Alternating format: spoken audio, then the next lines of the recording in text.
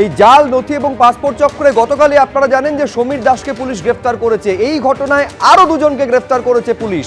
মুহুরী পরিচয়ে জালিয়াতির অভিযোগে আগেই গ্রেফতার করা হয়েছিল, গতকালই সমীর দাসকে গ্রেফতার করা হয়েছিল। সমীর দাসের আরো দুই সহযোগীকে এবার পুলিশ গ্রেফতার করেছে। ধৃতদের নাম কৌশিক মণ্ডল এবং চন্দন চক্রবর্তী।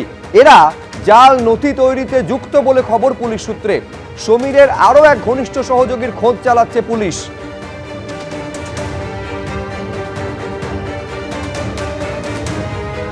সমীর দাস, যিনি নিজেকে বারাসাত কোর্টের মুহুরী বলে পরিচয় দিতেন, বাংলাদেশ থেকে যারা মেডিকেল ভিসায় বা ট্যুরিস্ট ভিসায় ভারতে আসতেন তাদের একেবারে হাতে গরম প্যান কার্ড থেকে শুরু করে আধার কার্ড, বার্থ সার্টিফিকেট পৌঁছে দিতেন এবং তার জন্য ফিক্সড রেট ছিল সমীর দাসের।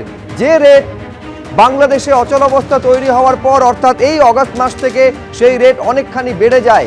এই সমীর দাসকে গতকালই গ্রেফতার করেছিল পুলিশ। এবার সমীর দাসকে গ্রেফতারের পর আরো দুজনকে এই জাল পাসপোর্ট চক্রে গ্রেফতার করা হয়েছে। ধৃতদের নাম কৌশিক মণ্ডল এবং চন্দন চক্রবর্তী। একেবারে যেমনটা বলছিলাম, রেড চার্ট, এই রেড চার্টে কোনো নড়চড় সমীর দাস অ্যালাউ করতেন না। এই রেড চার্ট করে জালিয়াতি দোকান খুলে বেআইনি কারবার চালাতেন তিনি। বারাসাতে জাল নথি চক্রের পর্দাফাঁস করেছে পুলিশ। নিজের দোকানে জাল নথি তৈরি করতেন কৌশিক মণ্ডল। পুলিশ সূত্রে দাবি, সমীরকে জেরা করে কৌশিক মণ্ডলের খোঁজ পাওয়া যায় এবং তারপর তাকে গ্রেফতার করা হয়েছে।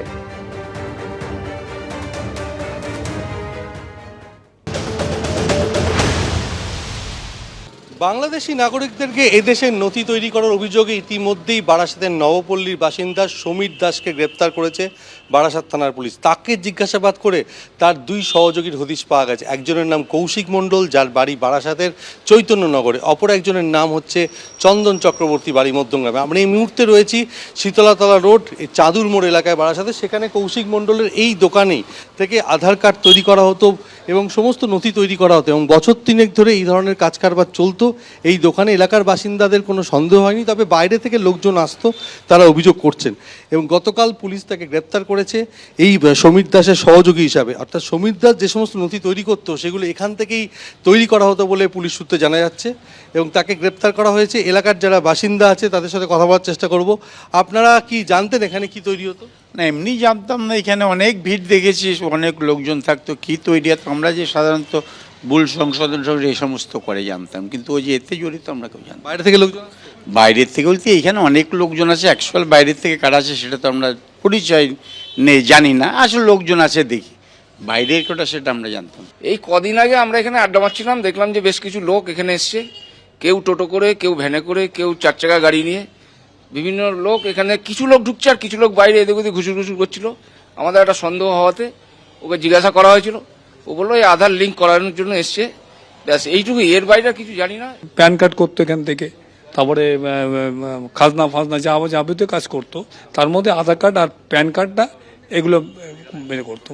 অর্থাৎ এই দোকানে আধার কার্ড তৈরি করা হতো, ভোটার কার্ড, প্যান কার্ড, এই সমস্ত কিছু তৈরি করা হতো। এলাকার মানুষজনরা জানতেন, তবে প্রচুর বাইরে থেকে লোকজন আসতেন, কিন্তু তারা এই ধরনের ভুয়ো নথি তৈরি করা হতো এটা তারা জানতেন না। গতকাল কৌশিক মণ্ডলকে গ্রেপ্তার করার পর এলাকার বাসিন্দারা রীতিমতো হতবাক।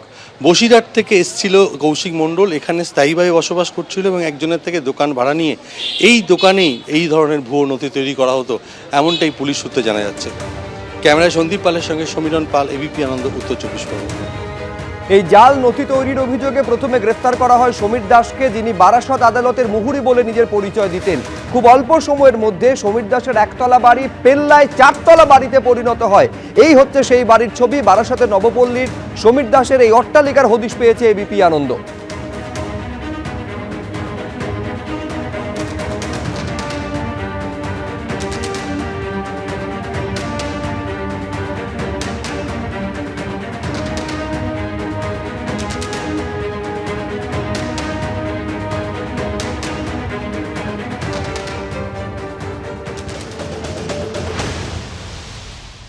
জানি উনি কোর্টে কাজ করতেন, এইটুকুই জানি।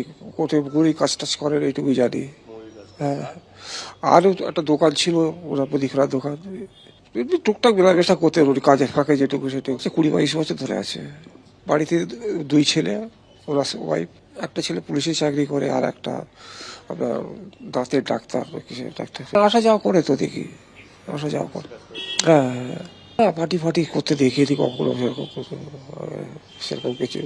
বাড়িতে দুটো ছেলে থাকে, বউ, ছেলে ওই একটা ডাক্তার একটা পুলিশ, একটা দোকান আছে শুনেছি, মুদিখানা দোকান একটা ছিল। হ্যাঁ মিশতো, মানে প্রয়োজন যতটুকুনি সেই প্রয়োজনটুকুনি হচ্ছে ইয়ে করতো, কথা বলতো, সবার সাথে ভালো ব্যবহার করতো, এইটুকুন ব্যবহারটা ভালো। সবকিছু বাচ্চা কাচ্চা পড়াশোনা করেছে, ইয়ে করেছে, সব বাচ্চাদের সাথে খেলাধুলা করেছে। না না নতুন করেছে, এই তো কিছুদিন আগে করেছে। আগে ছিল একতলা ছিল, দুতলা করেছে। হচ্ছে কি করে বাড়িটা ইয়ে করেছে সেটা বলতে পারবো না।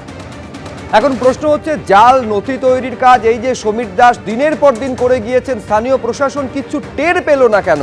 আমরা এই নিয়ে কথা বলেছিলাম বারাসতের কাউন্সিলর অরুণ ভৌমিকের সঙ্গে। তিনি কি বলছেন দেখুন। আমরা যখন রেসিডেন্সিয়াল দিই তখন তার ভোটার আই কার্ডটা দেখি, আমরা দিই। কেউ একজন বৈধ ভোটার কোথায় কি ক্রাইম করে বেড়াচ্ছে, এটা তো কাউন্সিলর হিসাবে বা এলাকার মানুষ হিসাবে যদি বলে, আমাদের সবার তো সম্ভব না সেটা দেখলে। আমার ওয়ার্ডে কেন, এরকম আরো অনেক ওয়ার্ডেই হতে পারে।